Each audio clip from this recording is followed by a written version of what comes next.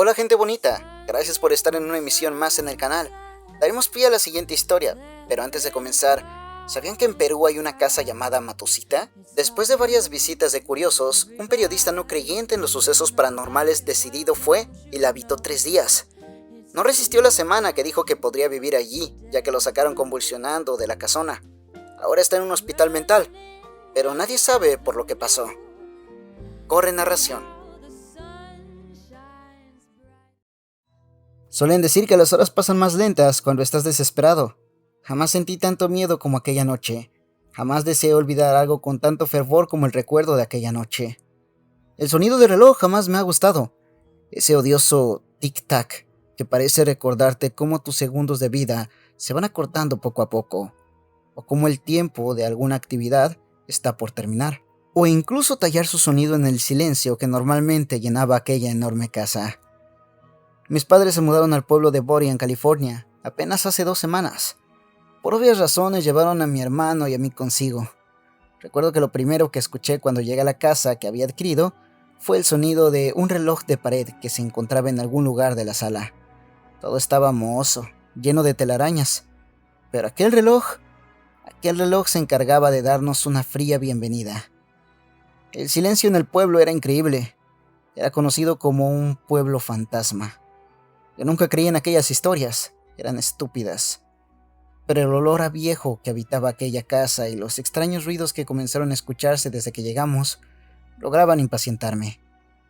Se suponía que solo estaríamos 1 año en aquel lugar, solamente en lo que mi madre obtenía la herencia de mis abuelos y entonces volveríamos a alguna ciudad de California.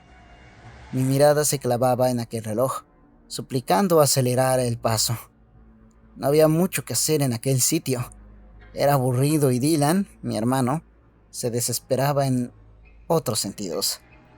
Mi madre se le vivía peleando con mi padre. Parecía que su matrimonio ya no funcionaba debido a las deudas. De vez en cuando me veía obligado a tomar a Dylan y caminar por el pueblo para que no escuchara aquellas peleas. Recuerdo que salimos un sábado. Fue la primera vez que las cosas se tornarían extrañas. Caminábamos por las casas que aún permanecían en el lugar cuando encontramos a un viejo de unos 80 años, el cual yacía recostado en su mecedora. El hombre nos miró y elevó una sonrisa mostrando sus manchados dientes, los pocos que le quedaban. Yo solo sonreí. El viejo volvió a mirarme y susurró algo. «Huye». Volvió a sonreír con sus dientes podridos. Su mecedora se detuvo y el viejo se levantó a duras penas para volver a su cabaña. Apreté la mano de Dylan y continué con mi camino. Desde ese día, cada vez que caminaba por las calles, escuchaba algún susurro que mencionaba las mismas palabras. Llegué al punto de rogarle a mi madre que volviéramos a Oakland junto a una de mis tías, pero no aceptarían a papá. Además, ella pensaba que yo estaba paranoico y que mi mente estaba jugándome una mala pasada. A pesar de ello, la mirada de mi madre parecía comprenderme. Seguramente ella también había escuchado aquellos sonidos anteriormente. Habría sentido aquella putrefacción que por ocasiones se olía por todo el vecindario e inundaba la casa. Casi siempre con alguna excusa coherente, pero no podía aceptarlo y yo sabía eso. El sonido del reloj parecía seguir haciendo eco aún mayor que cualquier otro ruido. Era como si fuera cada vez más lento en vez de avanzar. Aquella casa comenzaba a sentirse helada, y siempre que me encontraba solo con Dylan, se escuchaban ruidos en las habitaciones de la parte de arriba. En ocasiones eran gritos casi inaudibles, a veces rasguños en las paredes. Yo me quedaba sentado en la sala observando el reloj, tratando que su odioso sonido al menos sirviera para distraerme, sin mayor efecto. Los días continuaron pasando. Al cabo de unas semanas, mi madre comenzó a comportarse un poco extraña. Uno de los médicos que contactamos por videollamada decía que era depresión, y que estar lejos de todo lo había ocasionado. Era extraño, había comenzado a encerrarse en el ático. Se quedaba ahí por horas, y cuando tenía que subir a buscarla, se encontraba mirando a las minas por medio de una pequeña ventana con puertas corredizas.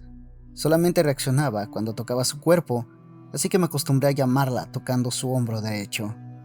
Mi padre no tenía energías de tratar con ella. De hecho, viajaba horas para su trabajo y regresaba sumamente tarde, así que yo me encargaba de los quehaceres del hogar, yo y el sonido de aquel viejo reloj. Entré en pánico un jueves por la noche. Estaba cocinando. De pronto miré una sombra pasar por mi hombro izquierdo y un grito se escuchó a lo lejos. Cuando volteé no había nada, pero recuerdo a mi madre y corrí a ver si estaba en aquel ático. Cuando llegué, la mujer estaba de pie, mirando aquella mina sin siquiera moverse.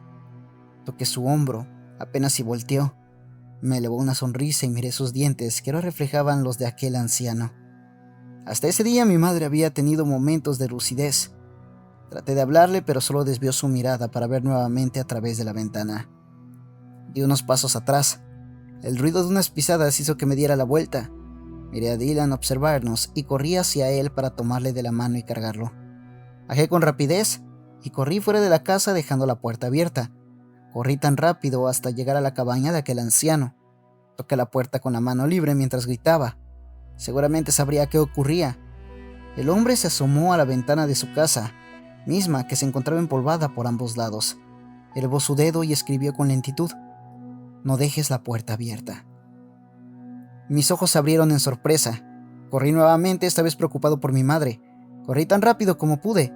La puerta estaba abierta y al entrar, el silencio era interrumpido únicamente por el tic-tac de aquel reloj, mismo que en ese momento se detuvo por completo.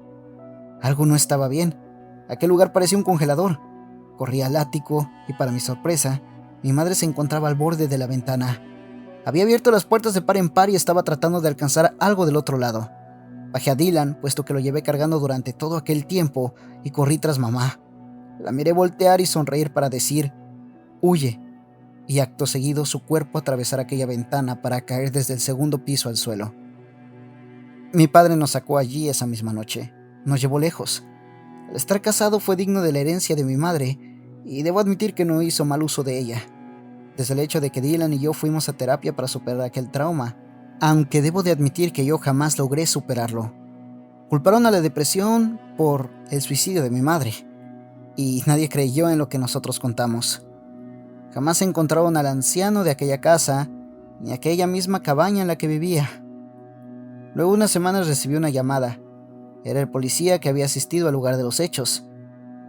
Él fue quien me reveló que aquel pueblo se consideraba uno no habitado desde hace tiempo, y aquella casa en la que vivimos fue hogar de un minero el cual vivió con su esposa en aquel lugar hasta el último de sus días, dejando tras su muerte un único objeto, un reloj que durante toda su vida continuó funcionando, mismo que seguía girando cuando ellos llegaron a revisar el lugar. Muchas gracias por estar aquí, gracias por escuchar el relato, y cuéntanos qué opinas acerca de la historia. Déjalo en tus comentarios. No te olvides de darle like, compartir, suscribirte si aún no lo estás, y si gustas contarnos algo, para eso está la página de Facebook a la que puedes cliquear en la descripción. Hasta la próxima.